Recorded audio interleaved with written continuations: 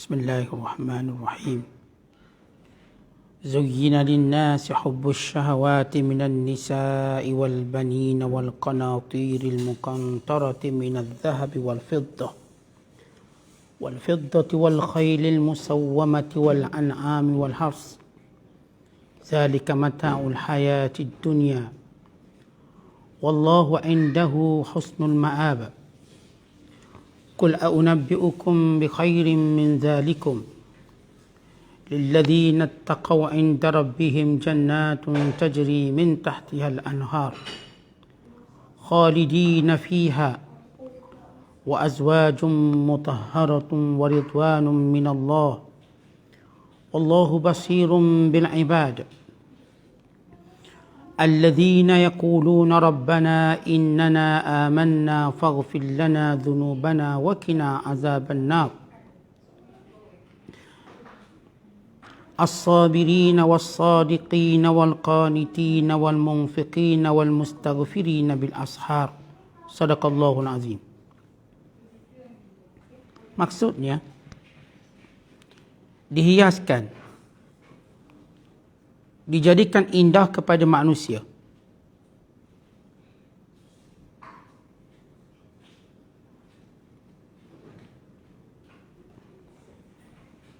Kesukaan kepada benda-benda yang diingin nafsu, iaitu perempuan-perempuan dan anak pinak, harta benda yang banyak berpikul-pikul dari emas dan perak, kuda peliharaan yang bertanda lagi terlatih, dan binatang-binatang ternak serta kebun-kebun tanaman.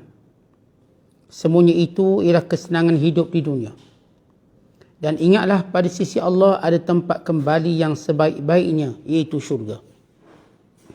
Katakanlah wahai Muhammad, maukah supaya aku khabarkan kepada kamu akan yang lebih baik daripada semuanya itu? Iaitu bagi orang-orang yang bertakwa disediakan di sisi Tuhan mereka beberapa syurga yang mengalir di bawahnya sungai-sungai, mereka kekal di dalamnya. Disediakan juga pasangan-pasangan, isteri-isteri yang suci bersih, serta beroleh pula keredaan dari Allah.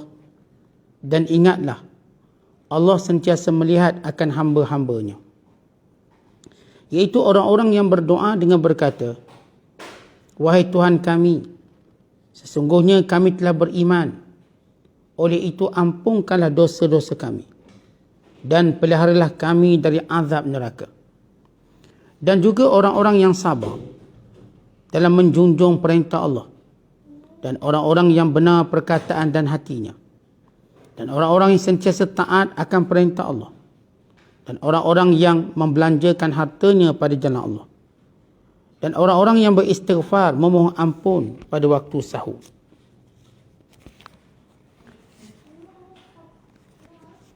Kita masih lagi dalam penafsiran surah Ali Imran, bermula daripada ayat 14 sehinggalah ayat yang ke-17. Surah Ali Imran yang merupakan surah yang ketiga dalam susunan Al-Quran selepas suratul Baqarah. Allah Ta'ala menjelaskan dalam ayat yang kita bacakan ini tentang hakikat kehidupan dunia dengan firman-Nya, zuyyina linnas, dihiaskan bagi manusia, hubbus syahwat, cinta yang penuh kesyahwatan, minan nisa, kepada kaum wanita, wal banin, kepada anak pinak, wal qanatir, dan kepada harta yang banyak, al muqantarati, yang bertimbun-timbun, minaz zahab, sama ada daripada emas, wal fiddati, ataupun daripada perak, wal khailil musawwamah, dan kenderaan-kenderaan yang berjenama, kuda-kuda yang terlatih, kuda-kuda yang tangkas yang pantas, wal an'am, dan binatang-binatang ternakan, wal harth, dan ladang-ladang, kebun-kebun. Dzalika mata'ul hayatid dunya, semuanya itu adalah nikmat kehidupan dunia yang sementara. wallahu indahu husnul ma'ab, dan di sisi Allah Subhanahu wa taala itu ada kesudahan yang baik, ada balasan yang kekal abadi, tempat kembali yang tiada fana, yakni syurga yang di dalamnya segala apa yang diinginkan. Kalau kita lihat daripada ayat yang kita bacakan ini dengan hubung kait ayat yang kita bacakan semalam. Kalau semalam kita ceritakan bagaimana orang kafir, kekuatan mereka dan kemuliaan yang mereka cari daripada harta benda mereka. Bahkan Allah Ta'ala menyatakan bahawa harta benda itu langsung tidak beri manfaat kepada mereka pada hari kiamat kelak. Dan demikian juga kebanggaan orang-orang kafir anak pinak yang ramai. Dan Allah menjelaskan bahawa semuanya itu tak beri manfaat. Dan Allah Ta'ala juga menjelaskan bagaimana Allah telah membinasakan orang-orang kafir daripada Fir'aun sehinggalah kepada kaum-kaum yang lain, disebabkan mereka mendustakan perintah Allah, mendustakan pada Nabi dan Rasul yang diutuskan. Kemudian Allah Ta'ala menjelaskan bahawa orang-orang kafir ini akhirnya akan dikalahkan oleh orang-orang yang beriman. Dan mereka ini akan sentiasa berada dalam kehinaan. Dan Allah menjanjikan kepada orang beriman dengan pertolongan, dengan bantuan. Dan Allah Subhanahu wa taala menyatakan bahawa semuanya itu dipahami oleh orang yang ada akal. Maka pada ayat yang kita baca pada malam ini, iaitu ayat yang ke-17, ayat yang ke-14 hingga ayat 17, Allah mengingatkan kembali tentang kegilaan manusia. Ya, manusia gila pada harta, manusia gila kepada wanita, manusia gila kepada semua nikmat-nikmat dunia yang bersifat sementara. Allah menyebut perkataan zuyina. Apa maksud zuyina? Dihiaskan. Tidak cukup dengan perkataan hubbu, cinta, tetapi dihiaskan. Tuan-tuan sekalian, kalau cinta semata-mata, lama-kelamaan kita jadi bosan, boring. Sebab itu ada banyak benda kita suka, lama-lama kita tak suka. Itu perkataan hub. Al-hub yazul. Cinta tu dia boleh layu, dia boleh hilang. Tetapi bila Allah menyebut perkataan zuyina, dihiasi cinta itu. Cinta tu dah menarik, kemudian dihiasi benda tu lagi, sehingga ia menjadi satu sifat kekal. Akhirnya manusia cinta pada harta. Akhirnya manusia cinta pada wanita. Cinta pada anak pinak, cinta pada segala-galanya. Maka bila Allah menyebut perkataan zuyina, apa maksud zuyina di sini? Pertama, Allah menghiasi benda itu semua sebagai satu cubaan pada manusia. Yang kedua, syaitan pula menghiasinya untuk menyesatkan manusia. Allah jadikan semua benda ini memang tertarik oleh hati kita. Apa dia? Wanita-wanita. Bagi wanita pula, lelaki-lelaki. Kemudian anak pinak. Kemudian harta yang banyak yang melimpah. Kemudian kenderaan yang berjenama. Kemudian aset-aset yang berupa ternakan, yang membekalkan makanan, susu dan keperluan.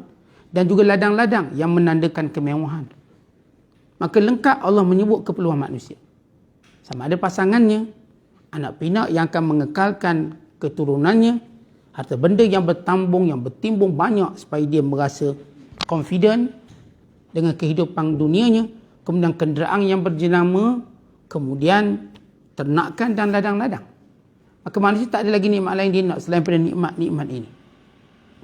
Maka Allah Ta'ala kata zuyina, yang pertama saya sebut tadi, Allah menghiasi benda ni, kecenderungan benda ni dengan fitrah yang kita ada, hidup di dunia sebagai satu ujian. Orang faham perkara ini ujian, maka dia dapat melepas ini ujian dengan baik.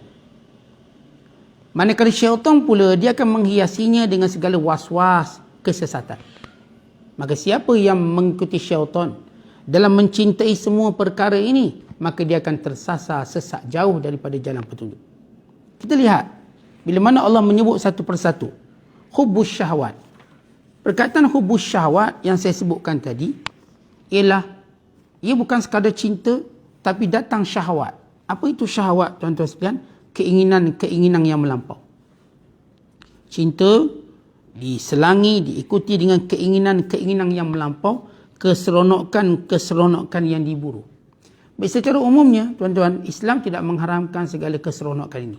Islam tidak mengharamkan lelaki mencari wanita dengan maksud berkahwin dan mengumpulkan harta yang banyak. Tidak salah apa-apa. Bahkan Allah menyebut dalam ayat yang lain, Qul man harrama zinatallahi allati akhraja li ibadihi wat tayyibati minar rizq. Katakanlah, siapa yang mengharamkan segala perhiasan yang Allah memang ciptakan untuk hamba-hambanya dan segala kebaikan-kebaikan daripada rezeki. Tetapi Allah Ta'ala nak beritahu tentang 6 perkara yang bila dicinta dengan cara salah dia akan sesat. Tetapi kalau dicinta dengan cara betul, maka dia akan memberi manfaat kepada agamanya, menguatkan. Maka Allah menyebut satu persatu. Yang pertama, An-Nisa. Baik, kenapa Allah Ta'ala menyebut perkataan An-Nisa? Kerana memang kecenderungan lelaki pada pandangannya, pada pemerhatiannya, pada kasih sayang dan kecintaannya, maka cenderung pada wanita. Dan wanita ini merupakan fitnah terbesar kepada orang lelaki. Sebagaimana lelaki fitnah terbesar kepada wanita. Dalam satu hadis, Nabi SAW menyatakan, Ma taraktu ba'di fitnatan adarra ala rijali minan nisa. Tidak ada fitnah yang paling besar, ujian yang paling besar yang aku tinggalkan kepada lelaki untuk mereka hadapi daripada kaum wanita. Ini secara umumnya. Namun, bila Allah Ta'ala meletakkan wanita dahulu disayangi, sedangkan kalau kita lihat, antara pasangan kita dengan anak-anak kita, mana kita sayang? Ya, kita sayang anak-anak. Berbanding sayang seorang lelaki, seorang suami, mana dia lebih sayang? Isteri dia atau anak dia? Ya, dia sayang isteri. Saya tak kata tak sayang. Jangan pula nanti komen, kita orang sayang isteri. Secara perbandingan yang kita katakan fitrah. Antara menyintai isteri dengan menyintai anak-anak. Baik, kita cinta isteri, kita cinta anak-anak. Tetapi anak-anak lebih kita cinta. Anak-anak kita memang cinta lebih. Bukan kita sampai masa berkorban banyak untuk anak-anak kita. Sama juga kaum wanita, dia akan menyayangi anak-anak dia.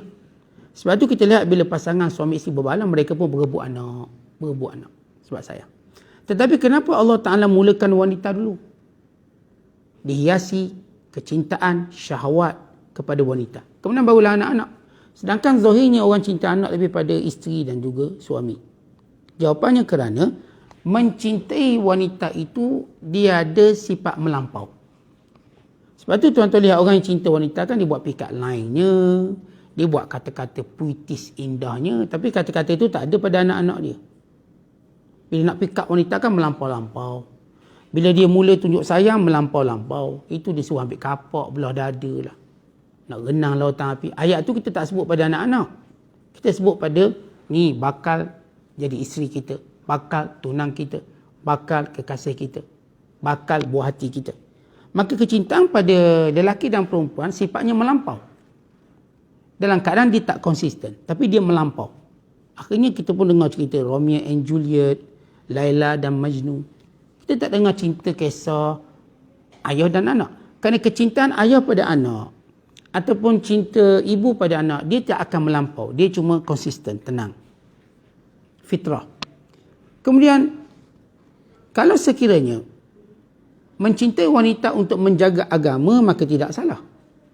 Mencintai lelaki untuk jaga agama tidak salah. Kerana dalam hadis Nabi SAW menyatakan, ad-dunya kulluha mata' wa khairu mata'il dunya al-mar'atu salihah. Dunia ini semuanya nikmat sementara. Tetapi sebaik-baik nikmat sementara itu ialah wanita yang baik. Wanita yang baik. Namun kebanyakan kita bila mana mencari pasangan, dia tidak berasaskan kepada agama. Bukan tujuan untuk menguatkan agamanya. Akhirnya rumah tangga tadi terfitnah. Baik lelakinya, baik perempuannya. Kerana itu Nabi SAW sentiasa menyuruh kita melihat lebih jauh. Bila mana kita mencari pasangan, melihat agama yang lebih utama. Bila baginda SAW menyatakan, Tunkahul mar'ah li arba'in. Li maliha, wa li jamaliha, wa li hasabiha, wa li diniha. Fasfar bizatid din taribat yadak. Kebiasaan wanita itu dikahwini kerana cantik dia, kerana kayanya, kerana keturunan yang baik dan kerana agama. Maka lihatlah agama. Nabi SAW ketika mana menyuruh kita memilih pasangan, Nabi menyuruh kita melihat dengan lebih jauh. Melihat kecantikan itu ialah jarak dekat. Melihat harta juga jarak dekat. Melihat keturunan juga jarak dekat. Melihat yang lebih jauh agama. Sebab kita nak melayari bahtera rumah tangga ni bukan sehari dua. sampai akhirat. Kerana itu bagi kita melangsungkan perkahwinan ini kekal bahagia, kuatkan agama masing-masing. Saat dulu saya tak pernah tahu benda ni, saya pilih kerana lawa. Dan isteri pun sama Ustaz, saya pilih suami saya sebab dia handsome. Nampak tegak, nampak maskulin. Baik, hari ini kita dah tahu, jangan sampai perkara ini boleh merosakkan rumah tangga. Perkasakan agama masing-masing. Si isteri biar ada kesedaran untuk tingkatkan kualiti agama. Si suami juga begitu. Dan mereka ini seiring sejalan dalam bersungguh menguatkan agama. InsyaAllah rumah tangga ini baik. Kemudian bila Allah sebut tentang wanita, Allah diikuti dengan anak-anak. Tentang anak-anak memang menjadi fitnah. Bukan kita menghimpunkan harta pun kerana anak-anak. Bukan kecintaan kita pada anak-anak. Kerana ia adalah zuriat yang menunjukkan kewujudan kita. Dan kita pula manusia memang suka anak-anak akan membawa nama baik kita. Kan itu kita berbangga anak kita berjaya sana, berjaya sini. Buat rekod itu, buat rekod ini. Namun kecintaan kita pada anak-anak jangan sampai menyebabkan kita lari daripada perintah Allah Ta'ala. Sebab itu dalam peristiwa Khidir dan Musa, bila Khidir AS membunuh seorang budak di tepi pantai. Kenapa? Kerana kedua ibu bapanya amat menyayangi anaknya secara melampau. Sehingga kata Khidir AS, kalau dibiarkan hidup anak ini akan memurtadkan kedua ibu bapanya. Kemudian Allah selepas menyebut anak, Allah menyebut tentang harta benda. Mula-mula suka perempuan, kemudian suka anak-anak. Yang ketiga suka harta. Dan harta yang manusia suka ialah qanatir muqantarah, banyak, bukan sikit. Sebab itu tuan-tuan, kita tak akan selesa kalau harta kita sikit. Kita ada kecenderungan menghimpunkan aset, menyimpang dalam bank, mencari kualiti harta. Bahkan ini yang disebut oleh Allah, alhaakumut takatsur. Mereka terus dilalaikan dengan keinginan menghimpunkan harta yang banyak. Dan satu hadis Nabi sallallahu alaihi wasallam menyatakan, "Lau kana li bani Adam wadin min mal labtagha ilaihi thaniyan, walau kana lahu wadiyan labtagha lahuma thalisan, wala yamla'u jawfa ibni Adam illa turab. Wa yatubu Allahu ala man tab." Sekiranya anak Adam itu ada selembah harta emas, nescaya dia menginginkan 2 lembah.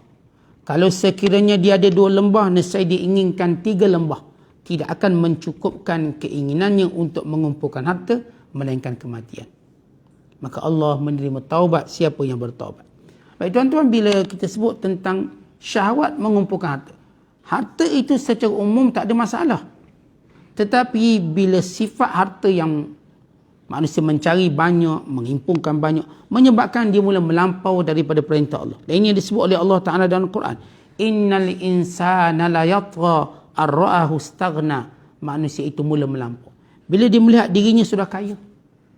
Dia tidak perlukan pada sesiapa pun. Maka sifat ini dibimbangi.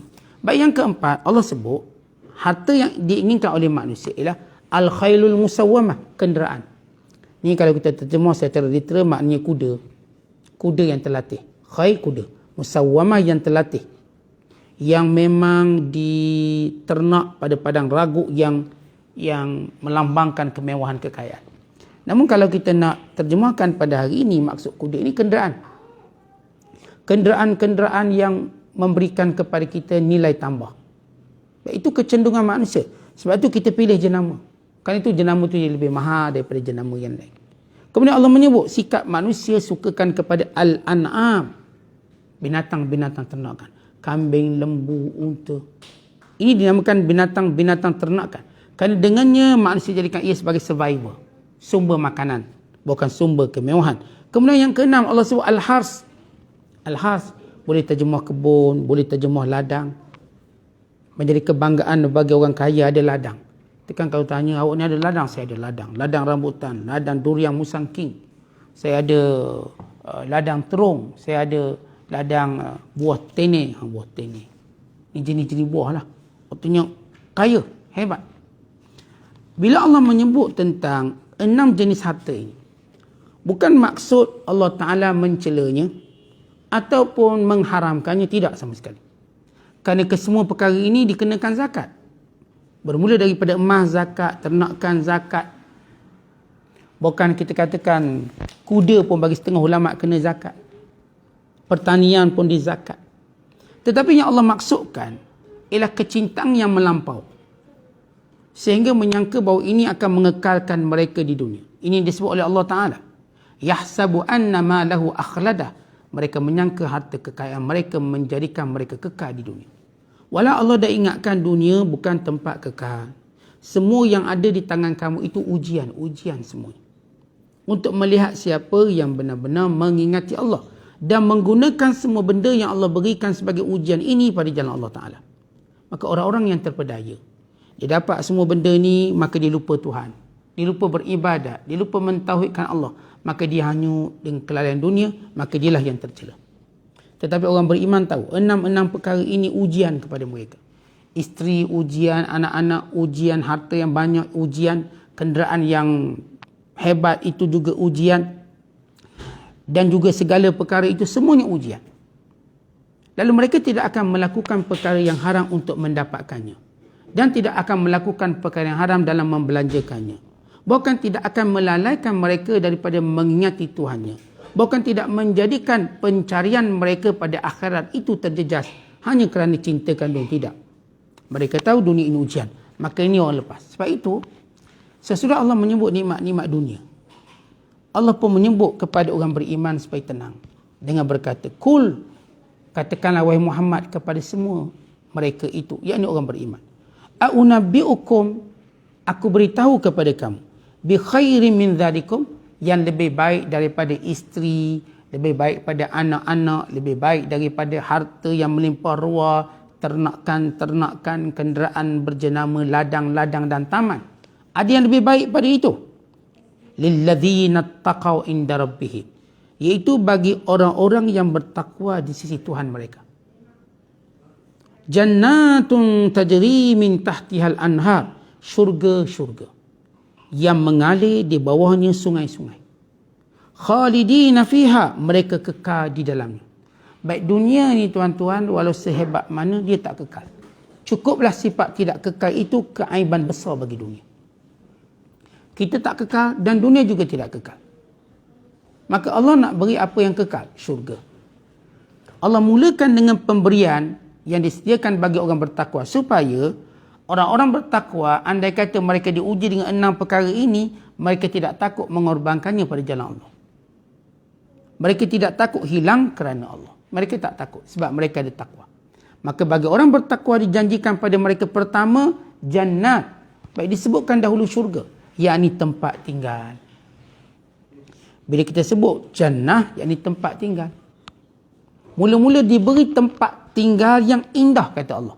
Allah menggambarkan keindahan yang pertama kehijauan, yang kedua sumber air yang bersama dengannya. Tuan-tuan, kita kalau buat rumah, beli rumah, kita nak pergi resort, nak pergi hotel, kita akan melihat kehijauan dan kita akan melihat sumber air. Mana-mana hotel, motel, mana-mana resort, mana-mana perkampungan, tempat tinggal yang berdekatan dengan air yang mengalir, kan ia menenangkan. Suasana hijau, ia menyegarkan. Maka kita rasa saya nak jadikan di tempat tinggal kita. Maka Allah kata ini syurga yang segar bugar, yang sentiasa tenang nyaman, iaitu taman-taman hijau yang penuh kehijauan, diikuti dengan sungai-sungai yang mengalir di bawahnya. Khalidina fiha, kekal di dalamnya. Wa azwajum mutahharah, dan isteri-isteri yang suci. Maknanya kamu akan mendapat isteri-isteri yang suci, bukan sekadar bidadari-bidadarinya, bukan isteri-isteri yang di dunia ini. Menjadi isteri-isteri yang suci, tidak lagi punya haid, tidak lagi punya nifas, tidak lagi punya senggugut, tidak lagi punya istihadah, tidak punya lagi keputihan. Ini panggil mutahharah, suci daripada segala kekurangan. Kemudian Allah Ta'ala menyatakan waridwanum minallah, dan keredaan Allah. Tuan-tuan, harta yang kita dapat bukan tanda Allah redha, tapi itu Allah uji. Saya kaya, saya punya kenderaan mewah, semua itu bukan tanda Allah redha. Jangan sekali-kali kita tertipu dan terpedaya. Kononnya kita dapat itu tanda Allah redha, bukan, Allah uji. Tetapi bila mana seorang hamba itu dipilih masuk syurga, itu tanda Allah redha. Wallahu basirun bil ibad, dan Allah mengetahui apa yang dilakukan oleh hamba. Ingat, Segala amanah Allah, Allah tahu apa yang kita buat. Kalau kita sanggup korbankan itu semua demi agama, maka inilah balasan yang menanti. Kalau tidak, ia juga tidak memberi manfaat yang lama kepada kita. Sebab Allah menamakan dia sebagai mata'. Mata', nikmat sementara. Macam mana pun kita sebut nikmat sementara, seindah mana pun sementara tadi menghilangkan keindahannya. Kemudian Allah menyebut, alladzina yaqulun. Baik, siapakah orang yang bertakwa, yang menjadi pemilik syurga ini? Iaitu orang-orang yang senantiasa berdoa kepada Allah. Rabbana innana amanna, wahai Tuhan kami beriman kepadamu. Baik, milik syurga ini dimiliki oleh orang yang sentiasa memperkukuhkan iman. Dan Allah mengajar kita antara cara memperkukuhkan iman ialah berdoa pada Allah. Untuk perkukuhkan iman, doa pada Allah. Selain daripada mentaati perintah Allah, melakukan apa yang disuruh, meninggalkan apa yang dilarang. Yang menjadi keutamaan yang diajar oleh Allah kepada kita ialah yaquluna, mereka berdoa, Rabbana innana amanna, wahai Tuhan kami beriman kepadamu. Faghfir lana dhunubana, ampunkan bagi kami dosa-dosa kami. Baik, orang-orang yang bertakwa sentiasa mengakui ada dosa. Tapi orang-orang yang tertipu, dia tak pernah rasa ada dosa walau dia tak sembahyang setiap hari. Walau dia tak puasa. Walaupun dia terlibat dengan judi, dia tak pernah rasa ada dosa. Dia marah kalau orang kata dia ada dosa. Jauh sekali kalau dia nak mengaku. Tapi orang beriman mengaku dia ada dosa. Dan memang sifat ini sifat yang sentiasa ada bagi setiap orang beriman. Kita sentiasa mengaku kecuaian kita, kekurangan kita. Tuan-tuan, bila kita bimbang dosa lah kita takut masuk neraka. Maka datang doanya pula, waqina adzabannar, dan peliharalah kami ya Allah daripada azab neraka. Kemudian Allah Subhanahu Wa Taala menyebut sifat-sifat orang bertakwa lagi. As-sabirin, iaitu orang-orang yang sabar. Allah Ta'ala sebut sifat mereka yang pertama, mereka ini sabirin, sabar. Sabar dalam bab apa? Dalam semua segi. Yang pertama, sabar dalam melakukan ketaatan. Itu yang tertinggi. Yang kedua, sabar meninggalkan maksiat. Yang ketiga, sabar menghadapi ujian-ujian hidup. Kemudian, was-sadiqin, orang yang membenarkan. Membenarkan dengan apa yang disampaikan oleh para nabi dan para rasul. Membenarkan setiap perkataannya dengan amalannya. Maka inilah orang yang sadiqin. Wal qanitin, dan orang-orang yang sentiasa berterusan mentaati Allah dan beribadat pada Allah. Tuan-tuan, Allah Ta'ala suka kita bukan sekadar buat ibadat tapi berterusan. Sebab itu berterusan ini kita panggil istiqamah. Maka Allah sebut dalam Quran sifatnya sebagai qanitin. Kemudian wal munfiqin. Wal munfiqin, yang sentiasa membelanjakan hartanya pada jalan Allah. Wal mustaghfirina bil ashar, dan sentiasa berdoa pada waktu sahur. Pada waktu sahur itu bermula daripada tengah malam sampai hampir dengan subuh, maka disebut sebagai waktu sahur.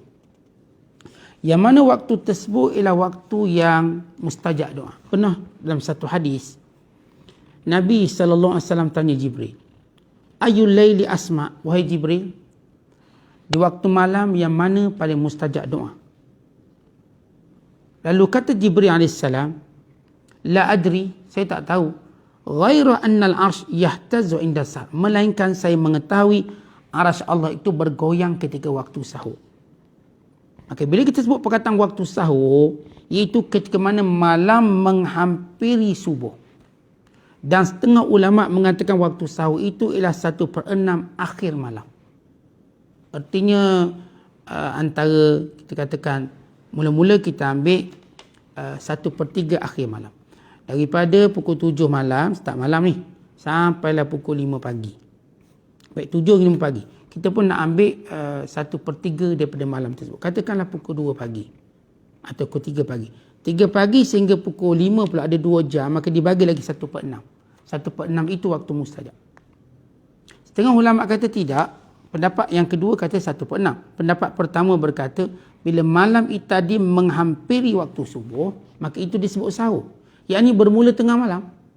Bermula tengah malam, kita dah boleh bersahur. Ya, kalau sahur pukul 10, orang tak panggil sahur. Lepas tengah malam, lepas 12 ke atas, maka disebut sahur. Dan sahur paling baik ialah sahur yang berhampiran dengan waktu subuh. Tetapi jaraknya ialah paling kurang 10 minit sebelum subuh. Dengan kira-kira 50 ayat yang dibaca berdasarkan hadis Nabi SAW. Baik, waktu sahur ini doa mustajab. Sehingga Nabi Allah Yaqub ketika mana anak-anaknya meminta supaya didoakan keampunan pada mereka kerana kejahatan mereka pada Yusuf AS, maka Yaqub menangguhkannya sehingga 1/3 ataupun pada waktu sahur. Jadi Allah Ta'ala menyebut tentang waktu-waktu ini, iaitu kita katakan sifat-sifat mereka yang berdoa pada Allah, yang mengakui dosa, yang sentiasa memohon perlindungan daripada neraka, bersabar, yang sentiasa membenarkan, yang sentiasa berterusan dalam ibadat, bersedekah dan beristighfar. Wallahu bissawab. Mudah-mudahan penafsiran kita ini dapat bermanfaat kepada kita semua dalam memahami mentadabburi ayat Al-Quran. Assalamualaikum warahmatullahi wabarakatuh.